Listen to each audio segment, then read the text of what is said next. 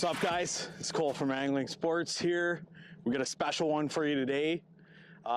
Due to our seasons and regulations in Ontario, we're not allowed to fish bass on the lakes around here until fourth Saturday in June. But what we want to show everybody that has a hard time waiting until the end of June to fish bass, we're lucky enough that we got a lot of the Great Lakes around us, and they border with the U.S.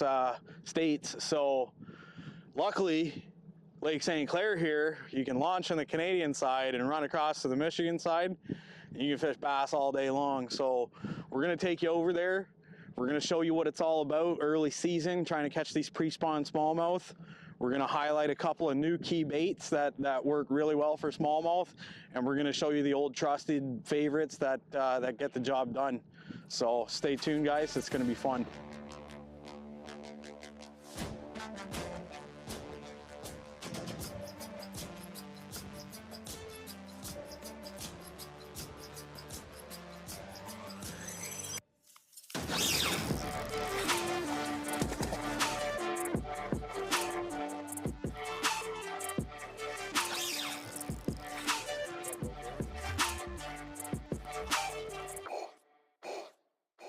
All right, guys, taking a little knot break here since I decided to break off on that last cast. I'm going to go ahead and show you one of my favorite leader knots. Never really caused me too many issues with breakage or nothing like that. And it is called a uni to uni knot. So basically what we're going to do, make sure all those little burrs in the line are out of there. So I'm going to make a loop with the fluorocarbon. I'll pinch that braid with my other finger, and then what I'm going to do is I'm going to take that tag end and I'm going to wrap it around the braid and through that loop. I usually do 6 times, so that's 2, 3, 4, 5, and 6 for the last one. And then what you do, you're going to wet that knot a little bit. Don't pull it completely tight. Just get it kind of snug so that when you pull the 2 knots together, it'll sink right up. And then what we do is you do the exact same thing while John catches a fish. We do the exact same thing. Oh, El Rocco. So we're going to do the exact same thing with the braid. Make a loop.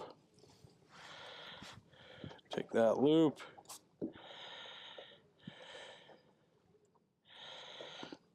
Pinch that fluoro with my fingers.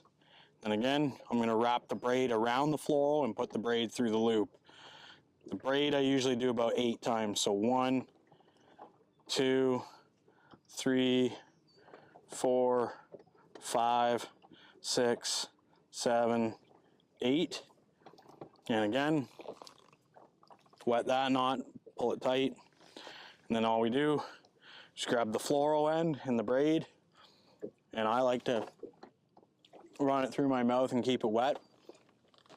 And pull it together. Pull those 2 knots together. And that knot, you have 2 conjoining knots that are butted up against each other. Super strong. It's one of the strongest leader knots you can tie.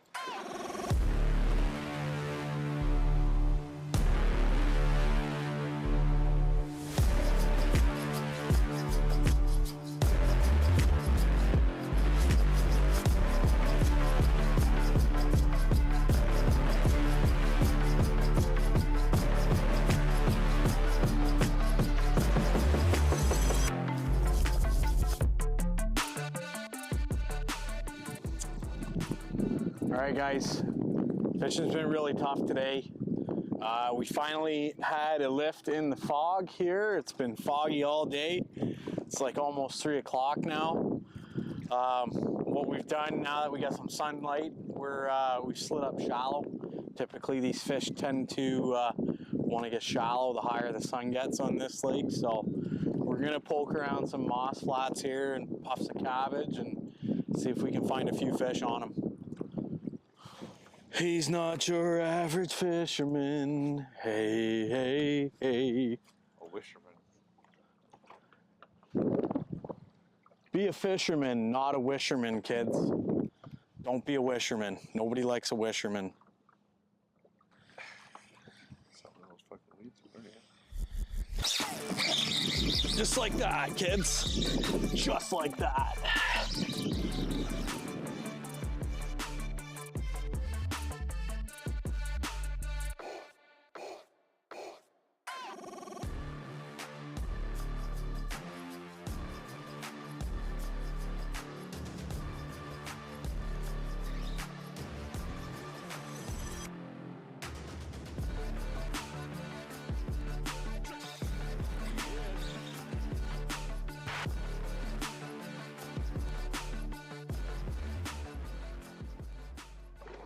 Cole from Angling Sports again, coming at you with an on-the-water tip.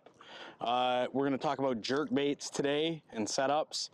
During the springtime and early summer, a jerk bait is probably one of the best baits to throw to catch big smallmouth. You'll catch a lot of fish on it, but we usually catch some giant fish on it, especially if they're up shallow on the flats. So a lot of people ask, you know, do you run bait casting or spinning gear? I think that all boils down to personal preference. Myself, I prefer bait casting gear.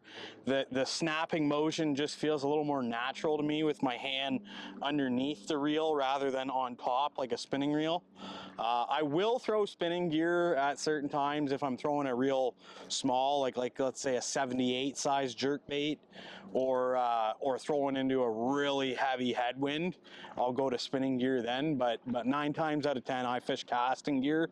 And the setup I prefer, I'm running a 611 Shimano X Bride. It's got backbone, but it's still fairly parabolic. That way when you get these big smallmouth on around the boat, you're not tearing hooks out of their face all the time.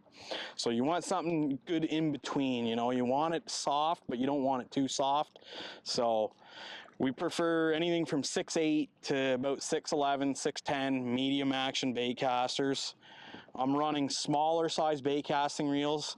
This is an Aldebaran 50. It's got a really shallow spool on it, so it's got less startup inertia. So therefore it will cast lighter line and lighter lures better. I run straight 10-pound fluorocarbon. The reason for this is the line's stiff enough, the bait doesn't get ahead of itself and wrap around the hooks, but it also gets the true dive depth out of the bait. That 10-pound fluoro, especially if you're fishing a little deeper, you can count it down and the fluoro will sink enough. It'll pull your bait down so you can fish it a lot deeper. As far as gear ratio goes on the reel, 7 to 1. I find 8 to 1 is too quick. You're picking up too much line in between each jerk. And then I find 6 to 1 or 5 to 1 is a little slow if you're hooking big smallmouth on flats. They tend to want to come up and jump and swim really quick at the boat, so you need something with some line pickup. But basically, all you do with this bait, we bomb it out there. I'm going to reel it down a little bit, and then it's 1, 2, 1, 2, 3, and I'll pause it in between each jerk, and I'll vary my cadence. It's not just a straight 1, 1, 1, 1. You know, you kind of do a couple upward rips, couple to the side, and then 1, 2, 3. I'll change it up. You want it to be really erratic and make the fish react to the bait. Anyways, guys, appreciate you stopping by. Stay tuned for more.